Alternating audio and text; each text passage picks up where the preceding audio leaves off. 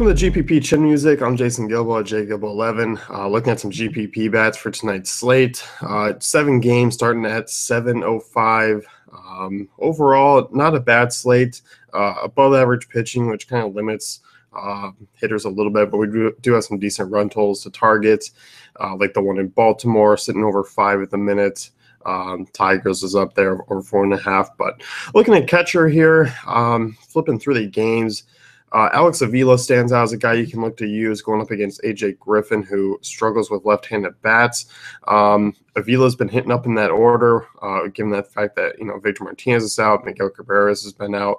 You look at Griffin, struggles against lefties has pretty much remained the same this year, 35% hard contact rate, 2.08 home runs per 9, low ground ball rate. So I definitely don't mind using Avila in a decent spot at a cheap price tag, just because catcher is fairly limited tonight. The only really other 2 catchers that you can look to use is in that Dodgers and Marlins game. Yes, Monty Grandal against Dan Straley. Straley's not a bad arm. He kind of limits damage a little bit, but the hard contact rate's up 34%. Is missing a lot of bats. I mean, 22% strikeout rate, is walking a ton of guys. Grandal's been kind of boomer bust this season, but against right-handed pitching, 378 WOBA. This month alone, 352 WOBA. So, it hasn't been bad, but it just seems to be it comes in bunches. And that other one, JT Realmuto considered against Urias. Not that Urias is obviously a bad arm, he's just kind of unseasoned. Going to be a good one for the future. Realmuto is a guy I'll take a look at. 328 WOBA against lefties, 185 ISO. At the cheaper price tag, it's just, once again, I think if the slate was a little bit bigger, Realmuto wouldn't pop up, but he is a contrarian option to Grandal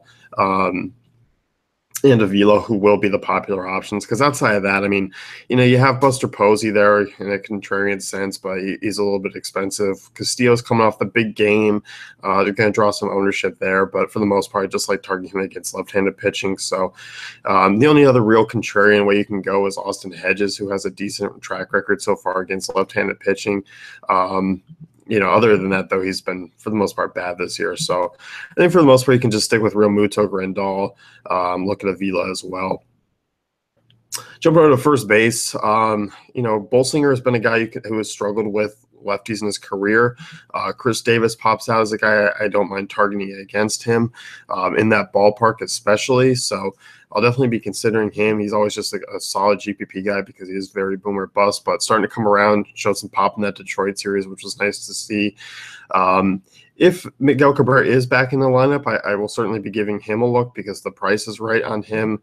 A.J. Griffin has been better against, righties than lefties in his career, but is allowing a 39% hard contact rate. Has already allowed 4 home runs over 21 innings. So with that being said, Cabrera is certainly a guy I'll consider if he is in the lineup. I know he was shooting back that way. Moving on here, Cody Bellinger's definitely a guy homered last night. Obviously one to look at. Always like the upside out of him, and at a remotely decent price in the mid-range. Jose Abreu, coming off last night, a solid outing, has been heating up here of late. A couple homers about every other game. He's had a home over the last week or so. Against lefties, 417, against righties, 343 WOBA. Not bad against Giovanni Gallardo, who's just a league average righty at best.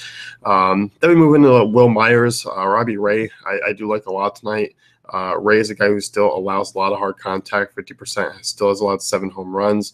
And given that Myers hammers lefties, he's definitely a guy I'll be considering just to kind of hedge off the Ray crowd, because I know Ray's probably going to be popular. I like Ray. I'll own tons of Robbie Ray tonight, but, in my non-Ray lineups, I'll definitely be looking at some Myers to kind of hedge a little bit. So second base, this is kind of one where I like to see where positions go. I don't mind Ian Kinsler. I don't mind Neil Walker. They are definitely going to be drawing the popular plays. Yolmer Sanchez is a guy I definitely like quite a bit here. I was kind of disappointed to see him slip it lower into the order last night, but this is a guy who's been very solid. Has a couple of multi-hit games over the last week or so. Isn't hitting for a ton of extra base hits, but getting on base, really, really cheap. I mean, DraftKings 2,900. I believe he's below 2,500 on FanDuel as well, or sorry, below 2,800 on FanDuel as well. So, even though they don't have the highest run total, I like the value that he brings to the table on tonight's slate. Just because there isn't really a ton of second base options that I'm really thrilled with. So I like Yolmer Sanchez. I like taking the value here, but I think if you're looking for a little bit more upside, you can look at guys like Ian Kinsler and Neil Walker who are coming around in good spots here against their pitchers. So outside of that, it's kind of a weaker position. Manny Machado is a guy I'll consider with the upside out of him. Bolsinger 480 WOBA so far to right-handers this year. Obviously, very small sample size. He's only pitched a couple, but Baltimore in that ballpark, over 5 run total. He'll definitely be a guy that I take a look at. Then if you're moving elsewhere, Jose Reyes is a guy I'll consider if he's hitting second again. Maybe TJ Rivera as well. Alex Meyer's been up and down.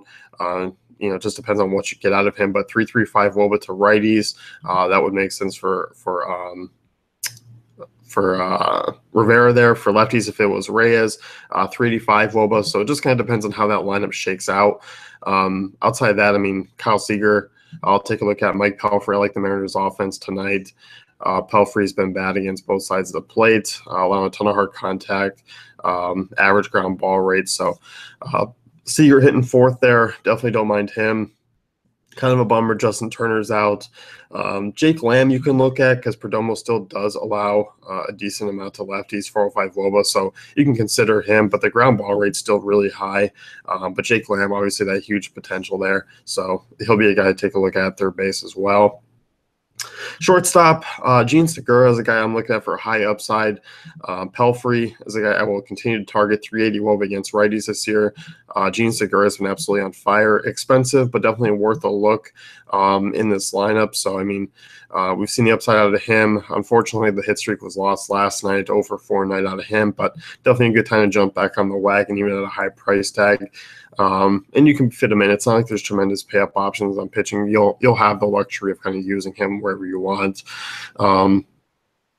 Outside of that, I mean, Carlos Martinez is a decent arm, but Brandon Crawford I'll take a look at for a cheap price. Martinez has been better off against lefties than he has in the past. Hard contact rate is still up, which is something that's encouraging for opposing lefties. And I don't mind Brandon Crawford. Against right-handed pitching, decent power. Stadium's not that great for lefty power, but small game slate should keep the ownership down quite a bit. Outside of that, shortstop is just boring. I mean, Corey Seager, Gene Segura, definitely guys that you can look to consider tonight. Unfortunately, there's not a ton of great punt value. I mean, I'm not a big Elvis Andrus guy. Jose Reyes is shortstop eligible on DraftKings, which is a plus. Outside of that, I mean, you're looking at a lot of bottom of the lineup guys at shortstop. So it might be a position where I take the upside guys and use value elsewhere. Outfield, kind of depending if Seth Smith is in the lineup. I know he left the game, was out. He'd be a guy that I'd consider for a cheap value play.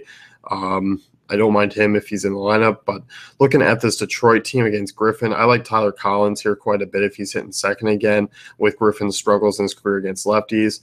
Definitely don't mind J.D. Martinez, who's been locked in. Another 2-hit night last night. Unfortunately, none for extra bases, but he has definitely been a solid bat and a guy that I'll continue to target. Mets lefties here, I like against Meyer. 385 WOBA allowed, huge walk rate. He does miss some bats, but guys like Conforto, Jay Bruce, I'll definitely consider. Prices are on the rise, but it might kind of cut into that ownership a little bit more. If you're looking for cheap bets, Ben Gamel, I don't mind here. Has not been bad against right-handed pitching. 342 WOBA. This month alone, WOBA over 380. As we talked about, targeting Pelfrey is certainly a logical way to go. Nelson Cruz in that same game I'll definitely be looking at too with the high upside. David Peralta still on the cheaper side. Would be curious to see who we get out of Arizona leading off. If it's Fuentes or Blanco, I'll certainly be considering him. And then we go to Marlins again. I mean, against the lefty, they faced the lefty 3 days in a row. Ozuna and Stanton have not done much, which has been a little bit disappointing. Ozuna 2 for 7 in this series. I look at Stanton, obviously the huge thing last night, but he's been 2 for 8. These guys hit lefties extremely well. If Urias misses one, they're going to send it a long way. So even with a low run total, I think you're going to get lower ownership than you have in the previous 2 nights to consider them. I'll definitely be liking the upside that they bring is the huge ISO numbers against left-handed pitching. So I'll definitely be going that way. Like I said, Baltimore's a good team to target. Trumbo, Jones, Seth Smith if he's in the lineup. So there's definitely a lot of different ways you can go tonight. That's going to wrap things up. You can head over to DailyFantasyCafe.com for our great tools and content.